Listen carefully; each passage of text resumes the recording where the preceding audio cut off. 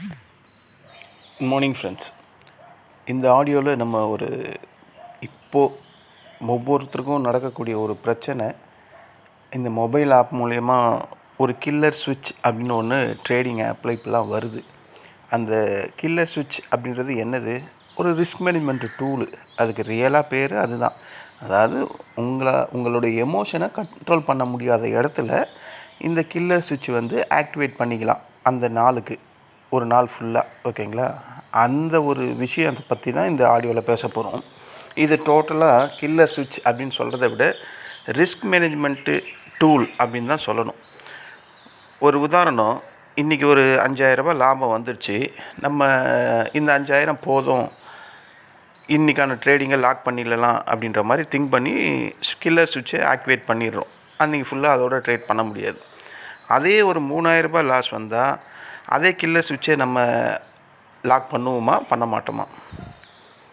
அப்போது அந்த நாள் ட்ரேடிங் எப்படி இருக்கும்? ப்ராஃபிட் வரும்போது கில்லர் ஸ்விட்சை ஆக்டிவேட் பண்ணிடுறீங்க, லாபத்தில் முடியுது, சந்தோஷமாக இருக்குது. நஷ்டம் வந்துடுது, 3000 நஷ்டம் வந்துடுது. அப்போது அந்த கில்லர் ஸ்விட்சை நீங்கள் ஆக்டிவேட் பண்ணுவீங்களா, பண்ண மாட்டிங்களா? அன்றைக்கான ட்ரேடிங் மனநிலைமை உங்கள்கிட்ட எப்படி இருக்கும் அப்படின்றத பற்றி தான். அதாவது லாபம் வந்தால் நம்ம ஜனங்க என்ன பண்ணுறாங்க, கில்லர் ஸ்விட்சை ஆன் பண்ணிக்கிறாங்க. லாஸ் வந்தால் மட்டும் அதை ஆன் பண்ணுறதுக்கு விருப்பமே இல்லை. இதுதான் ஒரு பெரிய மனோதத்துவ விஷயம் அப்படின்னு ஒரு ஆத்தர் சொல்கிறார். இந்த கில்லர் ஸ்விட்சுன்றது இப்போ தான் வந்திருக்கு. பட் இதெல்லாம் இந்த மாதிரி மனநிலைமையில் தள்ளப்படுவாங்கன்றது யூகிச்சு அப்போவே சொல்கிறாங்க. அப்போ இதோட தலைப்பு என்ன? லாபத்துக்காக கில்லர் ஸ்விட்சை வைக்க மனுஷன் லாஸ் வந்தால் மட்டும் ஏன் வைக்க மாட்டான்? அப்போ இந்த ட்ரேடிங்கில் மறைந்திருக்கக்கூடிய மனோதத்துவம் என்ன அப்படின்ற மாதிரி ஒரு சுவாரஸ்யமான கேள்வி. இப்போ 5000 லாபம் வந்துடுது நமக்கு. நம்ம என்ன செய்கிறோம்? இன்றைக்கி ட்ரேடிங் போதும், நல்ல லாபம் வந்திருக்கு, இதை ஸ்டாப் பண்ணிடலாம். உடனே அந்த கில்லர் ஸ்விட்சை ஆன் பண்ணிடுறோம். கரெக்டாக? அடுத்த நாள் ட்ரேட் பண்ணுறோம், 5000 லாஸ் வந்துடுது. அதே மனுஷன்தான் நேற்று லாபம் வந்ததுக்காக கில்லர் ஸ்விட்சை ஆக்டிவேட் பண்ண மனுஷன் இன்றைக்கி அதே 5000 லாஸ் வந்துடுச்சு. ஆனால் கில்லர் ஸ்விட்சை ஆக்டிவேட் பண்ணுவானான்னு கேட்டால் சைக்காலஜி பிரகாரம் அவன் பண்ண மாட்டான். அப்படின்றது தான் உண்மையாலுமே இருக்கக்கூடிய உண்மை.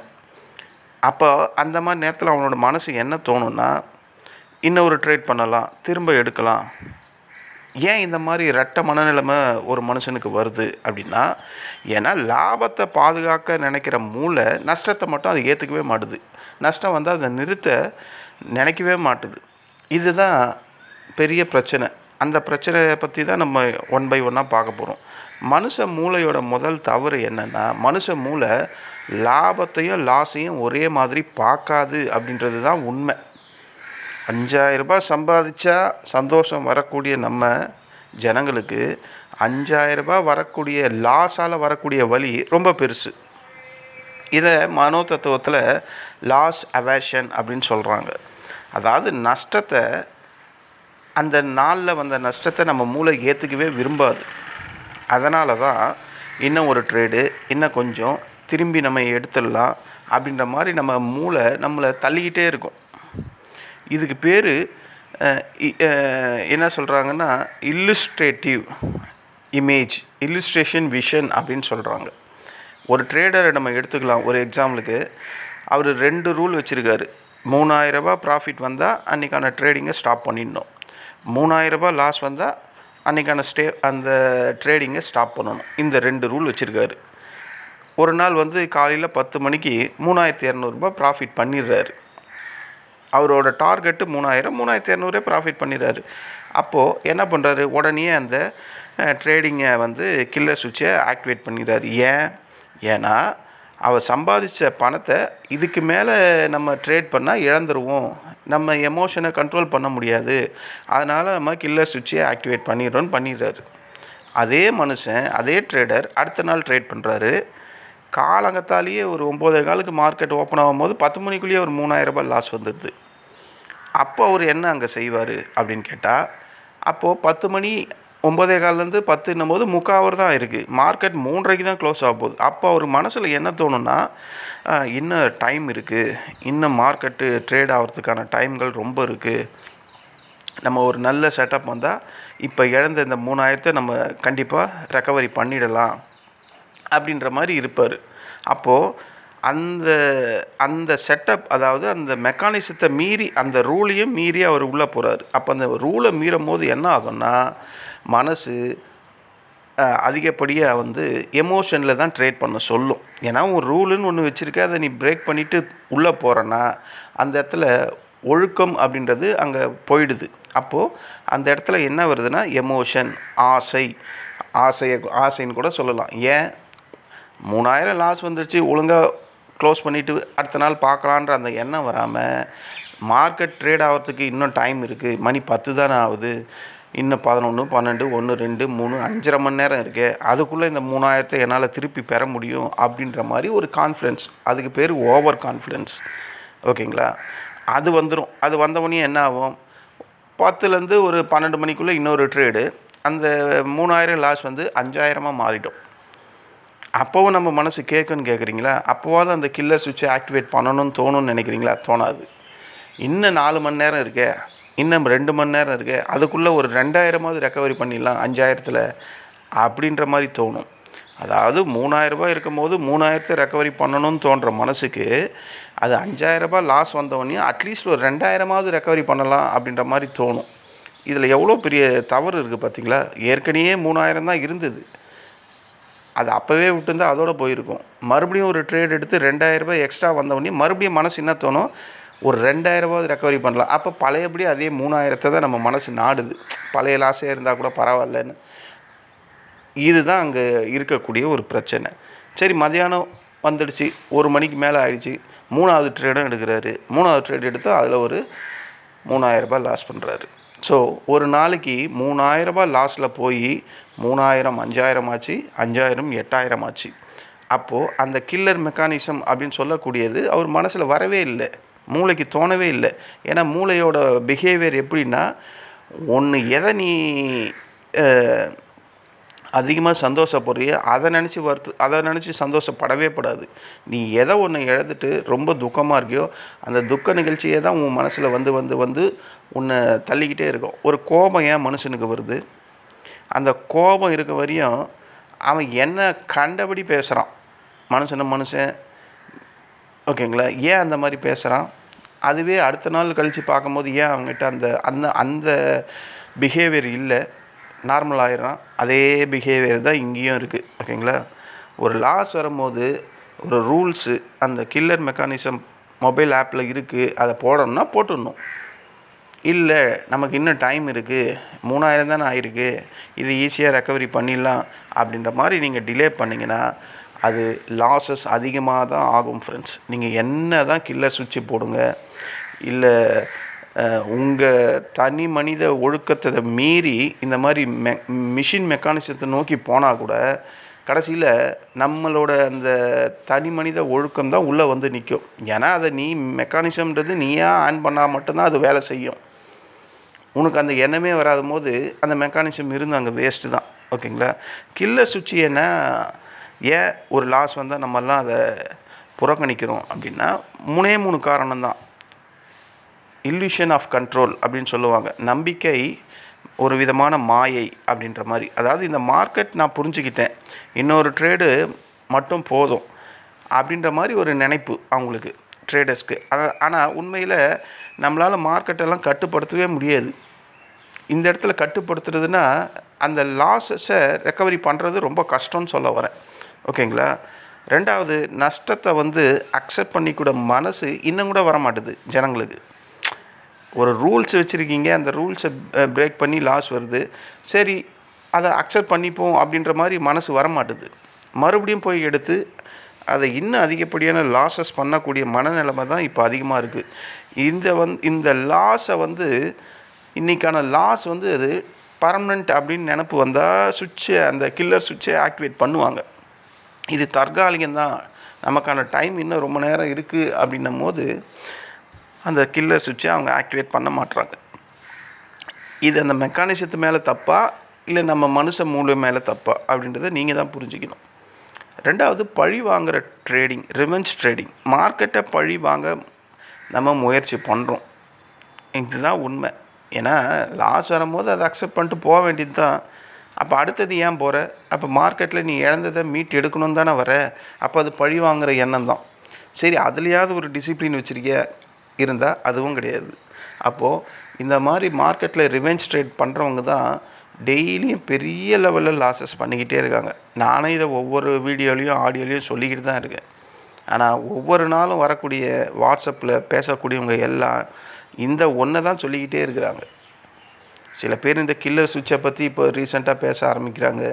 என்னுடைய க்ளோஸ் ஃப்ரெண்டு ஒருத்தர் அவரும் சொல்ல ஆரம்பிக்கிறாரு.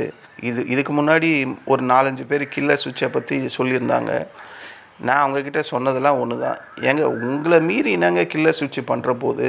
கில்லர் சுவிட்ச் வந்து நீங்கள் ஒரு 3000 லாபம் பண்ணிட்டீங்க. கில்லர் சுவிட்ச் ஆட்டோமேட்டிக்காக அது அந்த ட்ரேடிங் போர்ட்டில் ஸ்டாப் பண்ணிடுச்சுன்னா அதில் ஒரு நியாயம் இருக்குது. நீங்கள் தான் போய் அதை ஆக்டிவேட் பண்ணணும், கில்லர் சுவிட்சாக இருந்தாலும். இப்போ 3000 லாபம் வந்துச்சு, ஆட்டோமேட்டிக்காக கில்லர் சுவிட்சு உன் மனசு இவ்வளோ தான்பா, நீ இதுக்கு மேலே தாங்க மாட்ட, கில்லர் சுவிட்சை ஆக்டிவேட் பண்ணிச்சுன்னா அது ஒரு நியாயம். அதே மாதிரி லாஸ் வந்தாலும் 3000 லாஸ் வந்துச்சு, உனக்கு இதுக்கு மேலெல்லாம் ட்ரேட் பண்ணுறதுக்கு அலவுட் இல்லை அப்படின்னு கில்லர் சுவிட்சு ஆட்டோமேட்டிக்காக லாக் ஆகிடுச்சுன்னா அதில் ஒரு ரீசன் இருக்குது.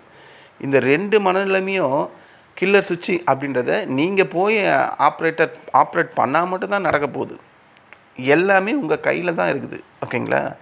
அந்த கில்லர் சுவிட்ச் இல்லாமையே ஏன் இதை பண்ண முடியாதா அப்படின்ற கேள்வி எனக்குள்ளே தோணும். நான் இதை ஆல்ரெடி ஒரு வாட்டி கேட்டிருக்கேன்.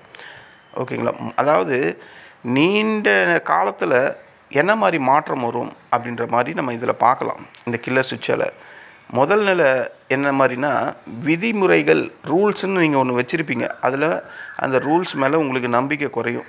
அதாவது நீங்கள் ஒரு ரூல்ஸை க்ரியேட் பண்ணுறீங்கன்னா அந்த ரூல்ஸை நீங்களே பிரேக் பண்ண ஆரம்பிப்பீங்க இந்த கில்லர் சுவிட்சை வந்ததுக்கப்புறம். 2வது நிலை, உணர்ச்சிகளால் முடிவெடுக்கிற அந்த நிலைமை வந்து ஆரம்பிக்கும். அதாவது ஒரு சைக்காலஜி, அது எப்படி சொல்கிறதுனா, ட்ரேடிங் வரும்போது அந்த கட்டுப்பாடு அப்படின்றது இல்லாமல் போயிடும், ஒழுக்கன்றது இல்லாமல் போயிடும். டோட்டலாக ட்ரேடிங் அப்படின்றது உணர்ச்சி வசப்பட்டே எடுக்கக்கூடிய ஒரு விஷயமாக மாறிடும். 3வது, வெளிப்புற மெக்கானிசத்தை மட்டும் நம்ம நம்பி ட்ரேட் பண்ண ஆரம்பிச்சிருவோம். அதாவது என்ன நான் வந்து கண்ட்ரோல் பண்ண மாட்டேன், இது என்னால் கண்ட்ரோல் பண்ண முடியாது, நான் இந்த கில்லர் மிஷினை நோக்கி தான், கில்லர் மிஷின் இருந்தால் மட்டும்தான் என்னால் ட்ரேட் பண்ண முடியும், அந்த கில்லர் மிஷின் தான் என்னை காப்பாற்றணும் அப்படின்ற மாதிரி மனநிலைமைக்கு நீங்கள் போயிடுவீங்க. அது போயிட்டீங்கன்னா மிகப்பெரிய ஆபத்து அங்கே தான் இருக்குது. லாபம் வரும்போது நீங்கள் ஆக்டிவேட் பண்ணுவீங்க, நஷ்டம் வரும்போது உங்களால் ஆக்டிவேட் பண்ணவே முடியாது. ஒரு மெக்கானிசம்ன்றது எப்படி இருக்குன்னா, மனுஷனோட எண்ணங்களை பூர்த்தி பண்ணுற மாதிரி இருக்கணும். ஓகேங்களா? லாபம் வந்தால் அதுவே ஆட்டோமேட்டிக்காக ஆக்டிவேட் ஆகிடணும், நஷ்டம் வந்தாலும் அதுவே ஆக்டிவேட் ஆகிடணும். அப்படி இருந்தால் மட்டும்தான் உங்களை காப்பாற்ற முடியும். அந்த மாதிரி ஒரு மிஷின் வர முடியுமா? உலகத்தில் அப்படி ஒன்று வருமா? அப்போ அதுக்கு பேர் கடவுள்னு ஆகிடும். அப்போது இந்த கில்லர் சுவிட்சுன்னு ஒன்று வந்தால் கூட அதை நீங்கள் தான் போய் வந்து ஆன் பண்ணணும், ஆஃப் பண்ணணும்.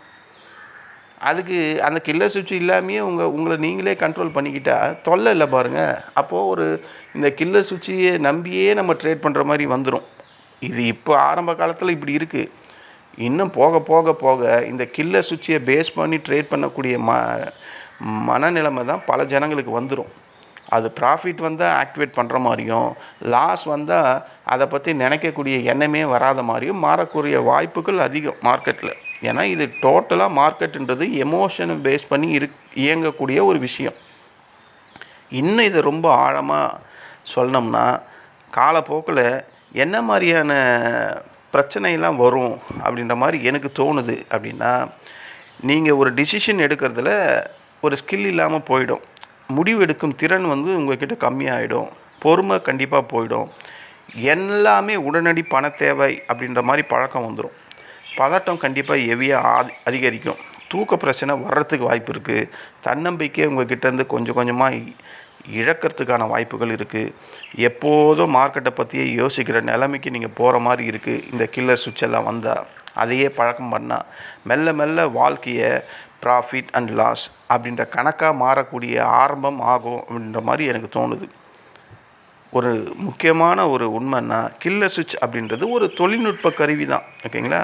ஆனால் அது ஒரு மனுஷனை வந்து ஒழுங்குபடுத்தக்கூடிய அவ்வளோ பெரிய டூலெல்லாம் அது கிடையாது. மனுஷ ஒழுக்கம் அப்படின்றது மனித திறன். மனித திறன்னா மனுஷனால் மட்டும்தான் முடியும். அதை எந்த ஒரு மெக்கானிசமும் வந்து கண்ட்ரோல் பண்ண முடியாது. நீங்கள் ஒரு நாள் லாபத்துக்கு மட்டும் கில்லர் சுவிட்சை பயன்படுத்திட்டு லாஸ் வந்தால் மட்டும் அதை பயன்படுத்தாமல் இருக்கிறது மார்க்கெட் பிரச்சனை கிடையாது. அது நம்ம மூல பயாஸில் இருக்கக்கூடிய பிரச்சனை. ஒரு நல்ல ட்ரேடர் அடையாளம் அதிக லாபம் சம்பாதிக்கிறதே கிடையாது. அதிக நஷ்டம் வராமல் பாதுகாக்கிறது தான் மெயினான திங். அப்போ உங்கள்கிட்ட ஒரு கேள்வி, நீங்கள் மார்க்கெட்டில் ட்ரேட் பண்ணுறீங்க, இந்த கில்லர் சுவிட்சை பேஸ் பண்ணி தான் நீங்கள் இப்போ ட்ரேட் பண்ணுறீங்களா, இல்லை என்னுடைய தனி மனித ஒழுக்கத்தை பேஸ் பண்ணி தான் நான் ட்ரேட் பண்ணுறேன்னா அப்படின்ற ஒரு கொஸ்டின் வருது இல்லை? இல்லை நீங்கள் உணர்ச்சி வசப்பட்டு ட்ரேட் பண்ணுறீங்களா? இந்த 3 ட்ரேடிங் தான் இப்போ அதிகமாக இருக்குது. இந்த கில்லர் சுவிட்சுன்றது சில ஆப்பில் மட்டும் இருக்குது. எனக்கு தெரிஞ்சு ஏஞ்சல் ஒன்லலாம் இல்லை. ஒரு வேளை அது இப்போ வந்திருக்கா இல்லையானு தெரில. இந்த தன் மாதிரி புதுசாக வரக்கூடிய ஆப்லலாம் இப்போ வந்துடுச்சு கில்லர் சுவிட்சு. நீங்கள் கில்லர் சுவிட்சை பேஸ் பண்ணி தான் ட்ரேட் பண்ண போகிறோன்னா நாளடைவில் நான் சொன்ன இந்த ப்ராப்ளம்ஸ் எல்லாம் உங்களுக்குள்ளே வர்றதுக்கான வாய்ப்புகள் அதிகம். ஓகேங்களா? ஒரு மெக்கானிசத்தை நம்பி உங்கள் ஒழுக்கத்தை அடகு வச்சிடாதீங்க. ஒழுக்கம் அப்படின்றது மனித ஒழுக்கம் அப்படின்றது மெக்கானிசம். இந்த மெக்கானிசத்தெல்லாம் தாண்டி மிக உன்னதமானது. ஓகேங்களா? மெக்கானிசத்துக்கு வந்து ஃபீலிங்ஸ் கிடையாது. ஆனால் மனுஷனுக்கு ஒவ்வொரு விஷயமும் ஃபீலிங்கை பேஸ் பண்ணியே பின்னி பிணைஞ்சிருக்கு. அதனால் உங்களுடைய டிசிஷனை அந்த கில்லர் சுவிட்சுக்கிட்ட கொடுத்துடாதீங்க. அப்படி உங்களால் கொடுக்க முடியாது. ஏன்னா அதை ஆப்ரேட் பண்ணக்கூடியதே நீங்கள் தான். ஆனால் அதை நம்பி பேஸ் பண்ணி ட்ரேட் பண்ணாதீங்க அப்படின்னு சொல்லி முடிக்கிறேன். இது போக போக கில்லர் சுவிட்சோட ஆக்டிவிட்டீஸ் அதிகமாகும் அப்படின்ற மாதிரி தான் எனக்கு தோணுது. பார்ப்போம். இதுதான் ஃப்ரெண்ட்ஸ் அந்த நண்பர்கள் கேட்ட கேள்விகளுக்கான பதில். நான் படித்த புக்கில் இருந்தும் என்னோடய சில ட்ரேடிங் அனுபவத்தில் இருந்தும் நான் சொல்கிறது. நான் கில்லர் சுவிட்செல்லாம் பண்ணுறது கிடையாது. உங்களுக்கே நான் பல வாட்டி வீடியோவில் சொல்லிக்கிட்டே இருக்கேன். 3 ட்ரேடு 5 ட்ரேடு அவ்வளோதான். அதுக்கு மேலே நான் பண்ணுறது இல்லை. நான் பெரிய லெவல் ப்ராஃபிட்டுக்கு ஏம் பண்ணுறதும் கிடையாது. ஓகேங்களா? அதனால் கிடைக்கிறத நான் புக் பண்ணிவிட்டு நிம்மதியாக லைஃப்பை பீஸ்ஃபுல்லாக ஓட்டிக்கிட்டு இருக்கேன். அப்படின்ற மாதிரி எண்ணம் இருக்கிறனால தான் நான் நிம்மதியாக இருக்கேன் அப்படின்ற மாதிரி எனக்கு தோணுது. நீங்களும் கிடைக்கக்கூடிய ப்ராஃபிட்டை புக் பண்ணிவிட்டு பீஸ்ஃபுல்லாக லைஃப்பை ரன் பண்ணுங்கள். இந்த ஆடியோ உங்களுக்கு பிடிச்சிருந்தா என்னுடைய சேனலை சப்ஸ்கிரைப் பண்ணுங்கள். நன்றி, வணக்கம்.